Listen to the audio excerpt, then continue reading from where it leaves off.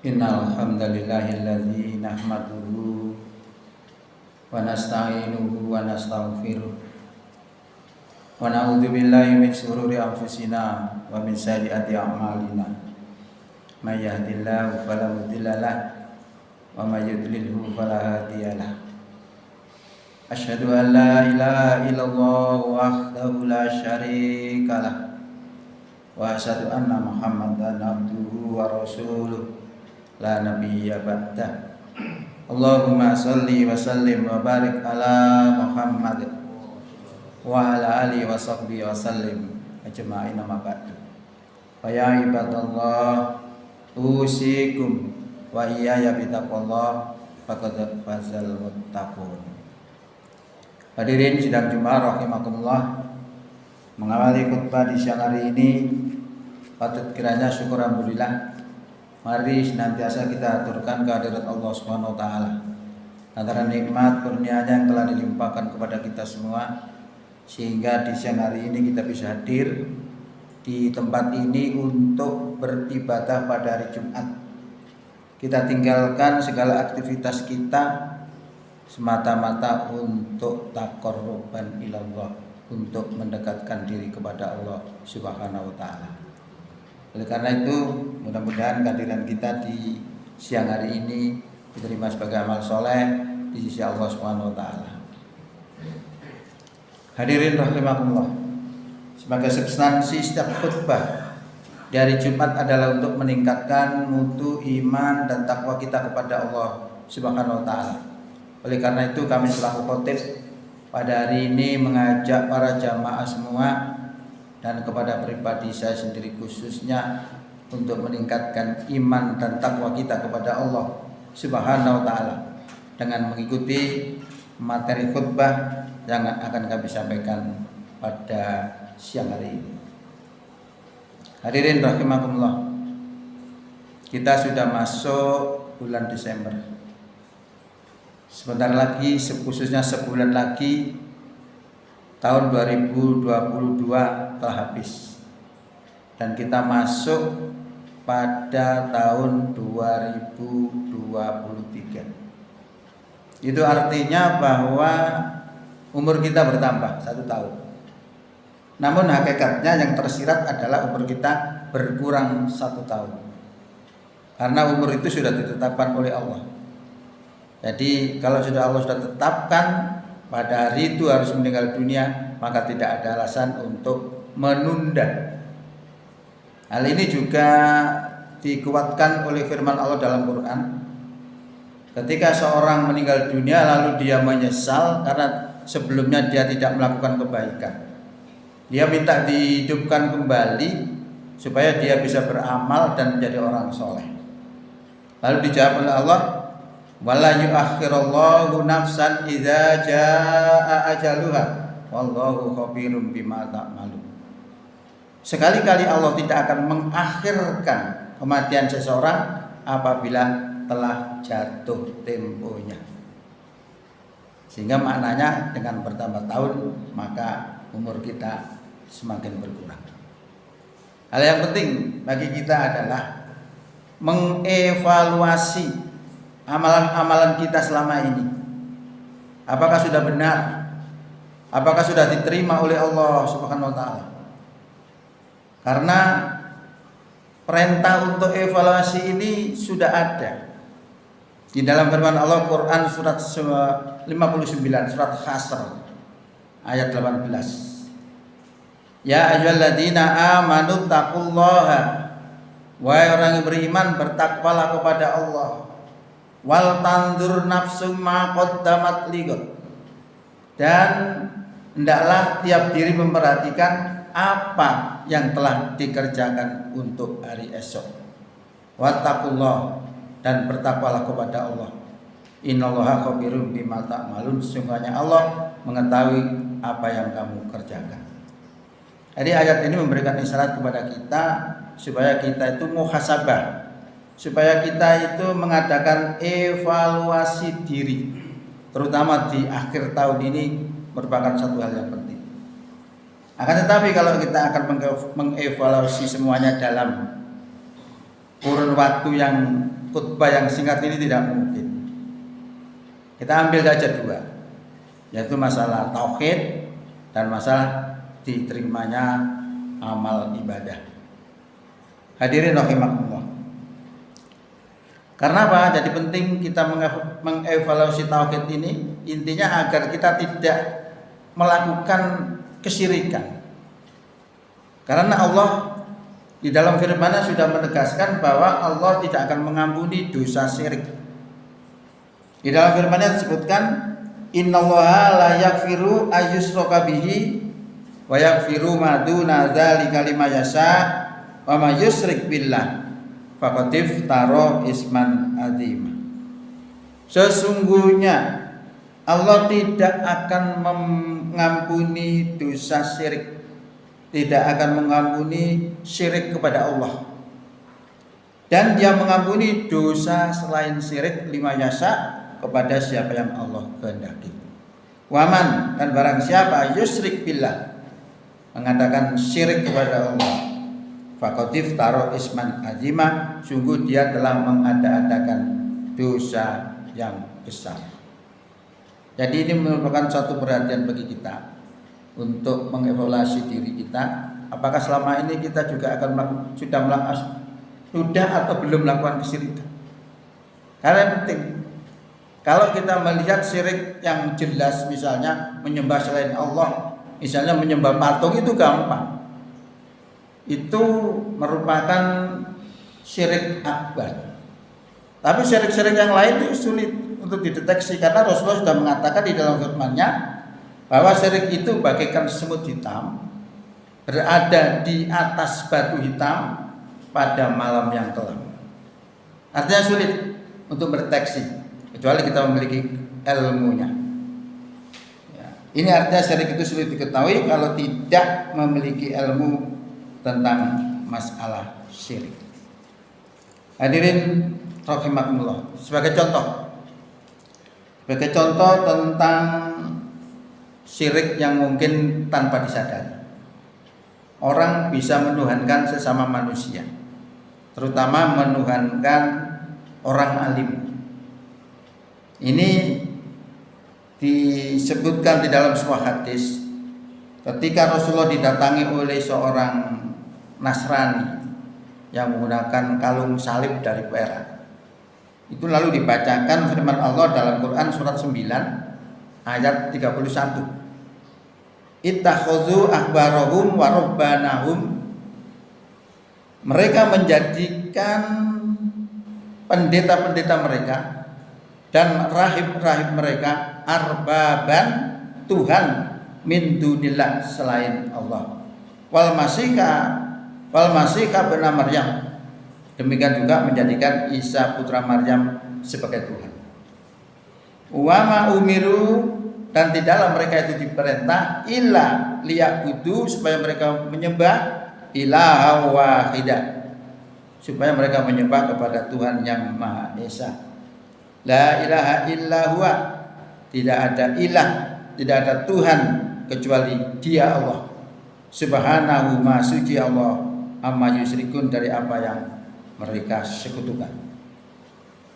Kemudian setelah dibacakan itu, yang namanya orang Nasrani tadi yang bernama Adi itu berkata, sungguh kami tidak pernah menyembah mereka. Ya. Beliau bertanya, tidakkah mereka itu mengharamkan apa yang dihalalkan Allah, lalu kamu pun mengharamkannya? Dan tidakkah mereka itu menghalalkan apa yang telah diharamkan Allah, lalu kamu mengharamkannya? Lalu Ati menjawab, iya. Maka beliau bersabda, itulah ibadah penyembahan kepada mereka. Yang seperti ini kan sulit untuk dideteksi kalau kita tidak memiliki ilmu.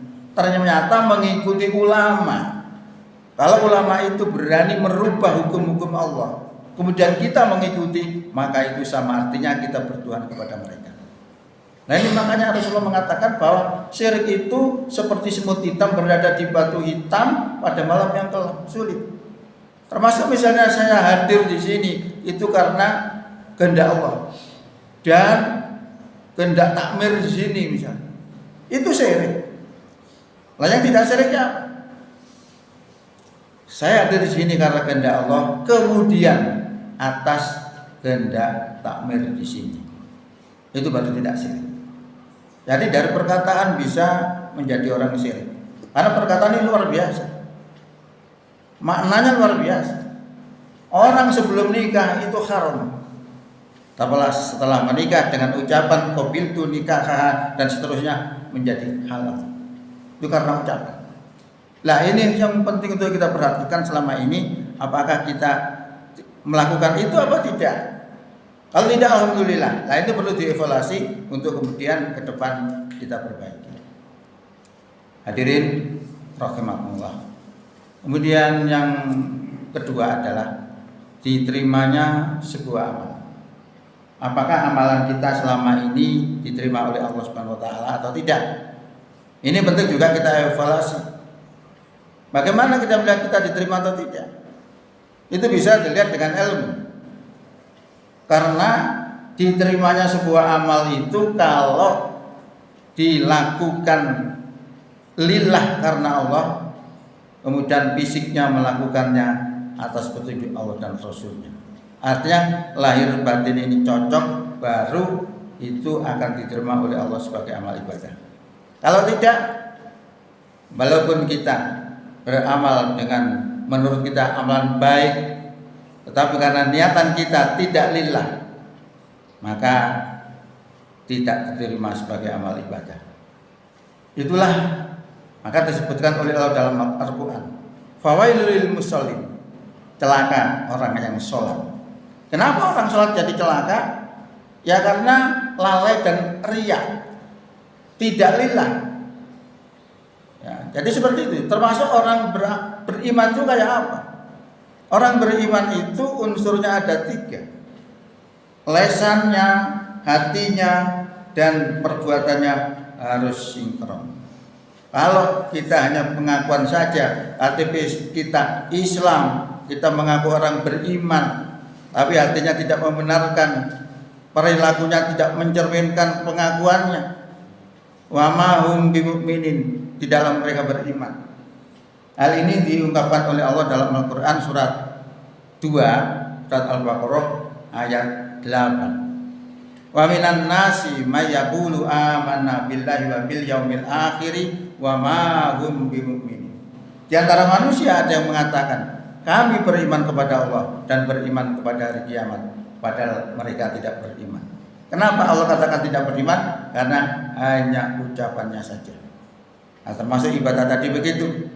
Tidak sekedar lahirnya, tapi batinnya harus lillah karena Allah. Baru itu akan menjadi amal ibadah. Kalau kita lakukan amalan-amalan itu tidak sebagaimana yang kami sebutkan tadi, maka kita akan kecewa pada akhirnya karena nanti bermasalah di akhirat. Sehingga diceritakan dalam sebuah hadis, ada seorang yang pada hari kiamat itu datang dengan membawa pahala sholat, dengan membawa pahala puasa, dengan membawa pahala zakat. Tapi di samping dia melakukan kebaikan itu, dia juga melakukan kedoliman. Maka pengadilannya di sana adalah kebaikannya itu tadi diberikan kepada orang yang didolimi. Sampai kebaikannya habis, belum tertebus semua. Lalu dibalik, dosanya orang yang didolimi tadi ditimpakan kepada orang yang mendolimi itu tadi. Sehingga dia di akhirat walaupun kelihatannya membawa sebuah pahala yang luar biasa, tapi akhirnya bangkrut di akhirat. Yang disebut sebagai muflis. Bukan muflis tapi muflis. Dan yang perlu kita evaluasi sehingga diharapkan amalan kita itu nanti adalah amalan yang lahir dan batin. Di dalam sebuah hadis juga diceritakan terkait dengan orang yang mengeluh-elukan orang yang mati di jalan Allah dalam medan pertempuran jihad fisabilillah. Mati, gugur, sehingga dilulukan. Karena di dalam sebuah hadis juga, dalam sebuah ayat juga disebutkan, jangan kamu mengira bahwa orang yang mati di jalan Allah itu bahwa mereka itu mati. Bahkan mereka itu hidup dan mendapat rezeki. Tapi setelah para sahabat mengelulukan orang yang bernama Qotman yang mati dalam medan perang itu, lalu Rasulullah mengatakan bahwa Qotman masuk neraka. Terkejut semua. Terkejut kenapa? Karena pahala orang mati syahid itu luar biasa, tanpa hisab. Rasulullah mengatakan bahwa dia masuk neraka. Lalu dijelaskan bahwa Qotman itu sebenarnya matinya itu bukan mati terbunuh. Matinya karena mati bunuh diri. Karena dia mendapatkan luka di dadanya itu, tidak tahan menahan rasa sakitnya, kemudian diambil pedang lalu ditancapkan ke dadanya, saat itu meninggal dunia. Maka matinya Qotman adalah mati bunuh diri. Dan lagi pula bahwa Qotman ketika keluar berangkat untuk pergi berperang, itu niatnya sudah tidak benar. Dia bukan niat lillah, tapi dia dalam perang itu dalam niat menjaga kehormatan orang-orang Madinah. Jadi ternyata bukan karena keagamaannya itu. Itulah sebabnya sehingga Qotman ini walaupun kelihatan meninggal, tapi bukan meninggal terbunuh, tapi meninggal karena bunuh diri, juga niatnya juga salah. Jadi ini suatu pelajaran yang sangat penting bagi kita, bahwa ternyata ibadah yang diterima itu tidak sekedar fisiknya, tapi juga batinnya. Lahir batin perlu kita koreksi, perlu kita evaluasi diri, apakah selama ini kita sudah benar. Dan itu yang bisa menjawab adalah diri kita masing-masing. Oleh karena itu, mudah-mudahan apa yang kami sampaikan ini bisa menjadikan suatu pencerahan, sehingga kita di tahun 2023 ini bisa merubah diri untuk menjadi yang lebih baik. Barakallahu li wa lakum fil Qur'anil azim. Wa nafa'ani wa iyyakum bima fihi minal ayati wa dzikril hakim. Taqabbal minni wa minkum tilawatahu innahu was-sami'ul alim. Aqulu qouli hadza fa astaghfirullahal azim li wa lakum wa li sairil muslimina wal muslimat wal mu'minina wal mu'minat fastaghfiruhu innahu huwal ghafurur rahim.